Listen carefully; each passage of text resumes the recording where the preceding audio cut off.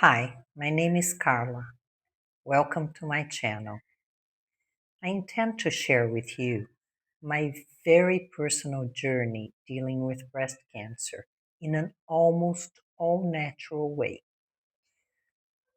I will do it in chapters since there are many aspects of my treatment and because I'm struggling with the technology to produce a short video, so I can't imagine the challenge of producing a long one. It took me a while to decide to publish my story. You see, I love my privacy and I'm a very quiet person in social media.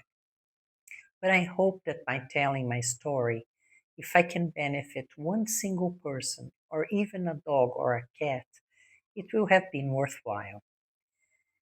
Let me give you some information about myself first. I am Brazilian and I live in Brazil. English is my second language, so excuse me if I mispronounce some words.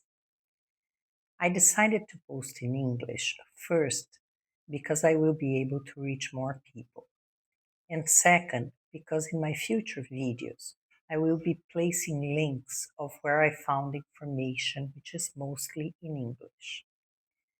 Since I studied biology in high school and later majored in business, working with market research for some years, I became quite good at using the internet and YouTube to have a better understanding of a lot of subjects, most especially health related. Regardless of how well I can search and understand scientific material, please do not take any of my videos as advice. Look for great doctors to treat you. Last March, I got a very disheartening diagnosis: breast cancer, more specifically, invasive ductal carcinoma, the most common type, which makes up to 8 out of 10 cases. Biopsy showed that half the tumor was invasive ductal carcinoma, meaning that it spreads to other organs, and the other half was ductal carcinoma in situ, which is not considered cancer.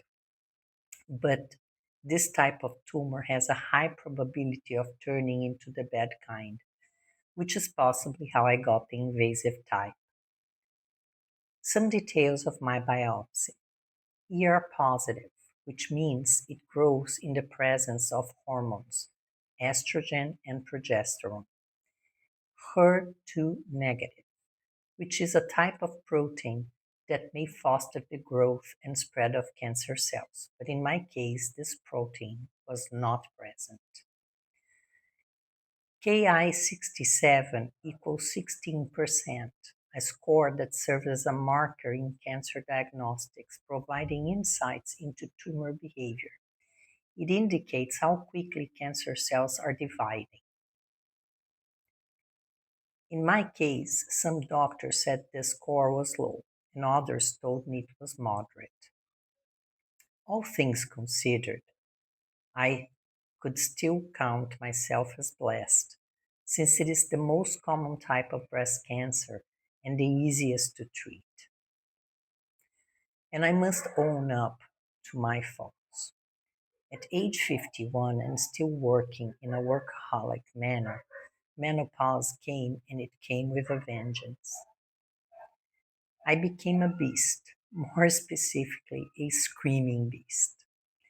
Back then, although my dear gynecologist told me that taking hormone replacement therapy, or HRT, would increase my chance of getting breast cancer, especially because I smoke, I proceeded to take it for 12 years nonstop. I only quit on the day I read the results of my biopsy, which told me precisely that by taking estrogen and progesterone as HRT would make the cancer grow faster. If you ask me if I regret taking HRT, my answer is no. I could not have performed that work having all the symptoms of menopause. I made the choice that I considered the best for me then. But I did make a mistake that maybe I can help you avoid. I took longer than I should to have an ultrasound of the lumps I felt in my breasts. Years ago, I had some simple cysts in my breast that were easily removed by needle aspiration, and I mistook the lumps I had on both my breasts as being the same. I have the simple cyst in my left breast. Have a look at these images. On the left side, it is a simple cyst. It has an uniform border and it is dark inside, indicating its liquid content. But on the right side, it is totally different, indicating something more serious. To the touch, they both felt the same to me.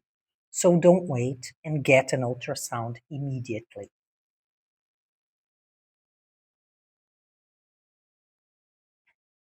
After the ultrasound and the biopsy that confirmed it was cancer, doctors requested a load of other exams. And I discovered that one lymph node in my armpit was already compromised with cancer. And I also discovered a benign tumor in one of my adrenal glands, which produces other hormones such as cortisol, which can cause havoc in your sleep. Atheromatosis, which meant my blood vessels are getting clogged, and osteoporosis, which means my bones are turning porous with risk of fracture. Well, as I always say, getting old is not for the weak, but I have to own up again to my own faults. I was a junk food junkie, a smoker, drinking almost a gallon of diet soda per day, and hadn't exercised in over 40 years.